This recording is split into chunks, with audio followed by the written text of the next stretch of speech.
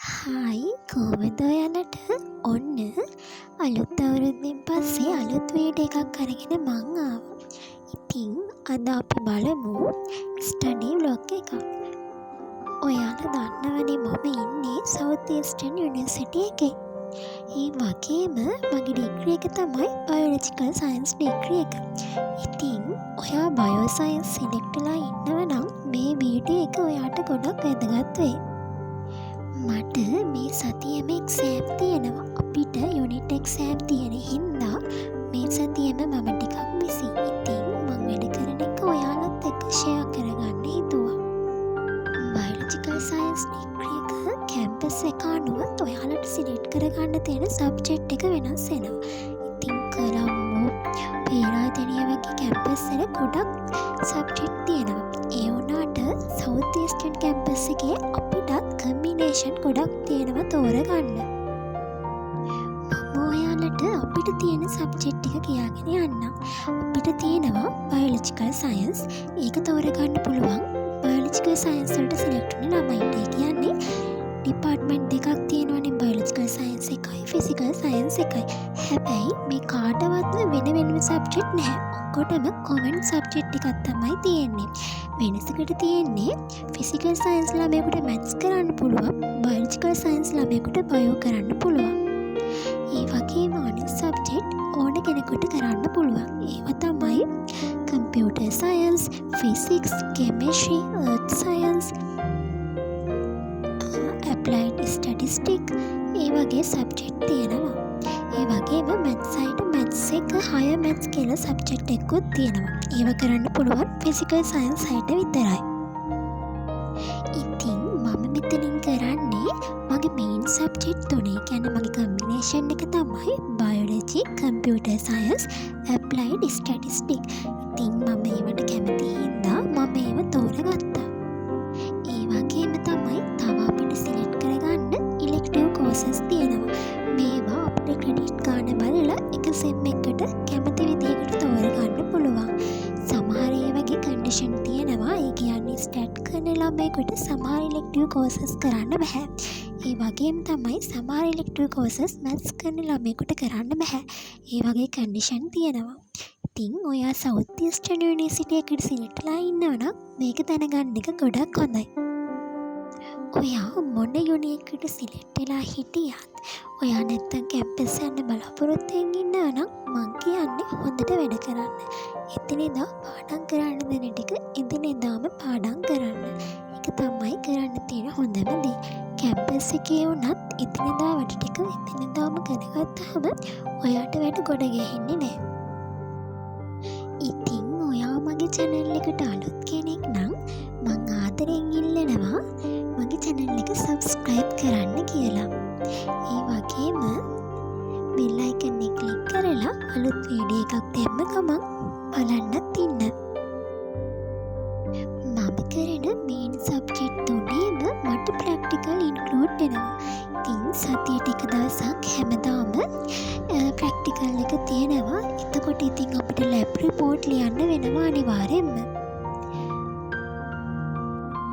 ඉතින් මං ගොඩක් කියලා පාඩම් කරලා ඊට පස්සේ වොෂ් එකක් දාන් යන්න තමයි හැදුනේ.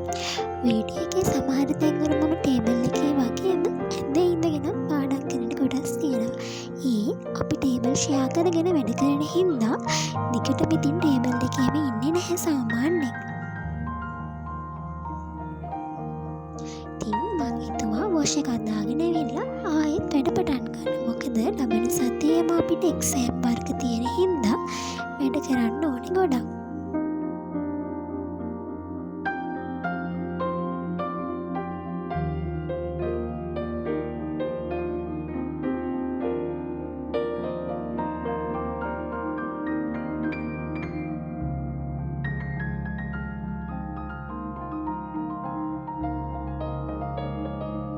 මේ වීඩියෝ එක බලන ඔයා ඕලෙවල් කරනවා නම් හොඳට වැඩ කරන්න.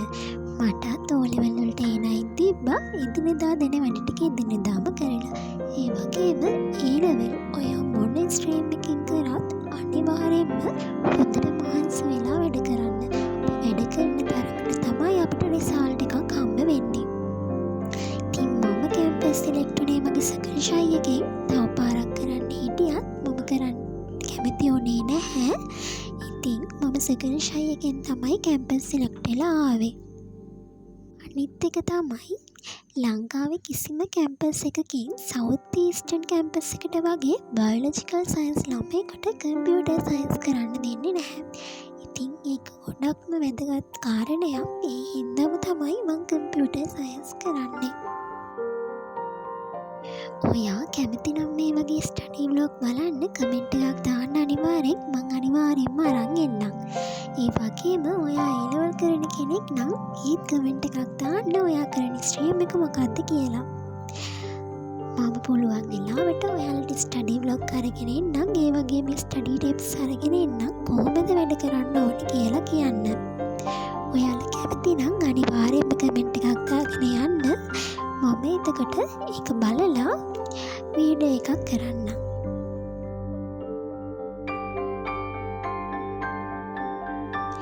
කැම්පස් ලයිෆ් එක කියන එක හරිම එන්ජොයිෆුල් කියන්නත් බැහැ.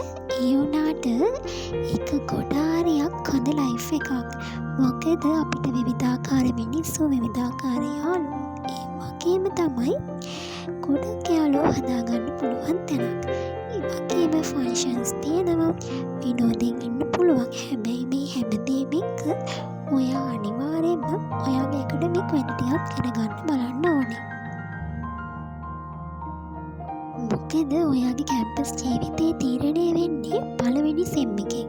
ඔයාගේ GPA එක හදාගන්න නම් අනිවාර්යෙන්ම පළවෙනි සෙම් එකේ හොඳට වැඩ කරන්න වෙනවා ඔයාට.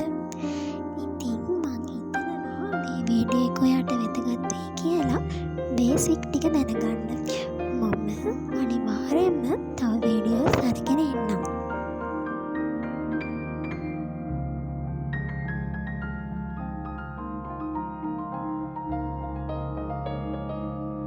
ඉතින් මේක තමා මං ගෙදරින් ඉන්න පළවෙනි අවුරුද්ද. ඒ කියන්නේ පළවෙනිදා ගෙදර නැති පළවෙනි අවුරුද්ද. ඉතින් ඒක අඩුවක් උනේ නැහැ යාළුවෝ හිටපු හින්දා. එහෙනම් මේ වීඩියෝ එක මම දැන් ඉවර කරන්නම්. මොකද ගොඩාක් වෙලා තිබ්බාම ඔයාලා බලන්න කැමති වෙන්නේ නැති වෙන්නත් පුළුවන්. ඉතින් අනිවාර්යෙන්ම කමෙන්ට් එකක් දාගෙන යන්න. ඒ වගේම තමයි සබ්ස්ක්‍රයිබ් කරන්න අමතක කරන්න එපා. ගොඩක් වීඩියෝස් බලන අය සබ්ස්ක්‍රයිබ් කරලා නැහැ. ඉතින් මට කරන උදව්වක් විදිහට ඔයාලට පුළුවන් නම් මාව සබ්ස්ක්‍රයිබ් කරගෙන යන්න.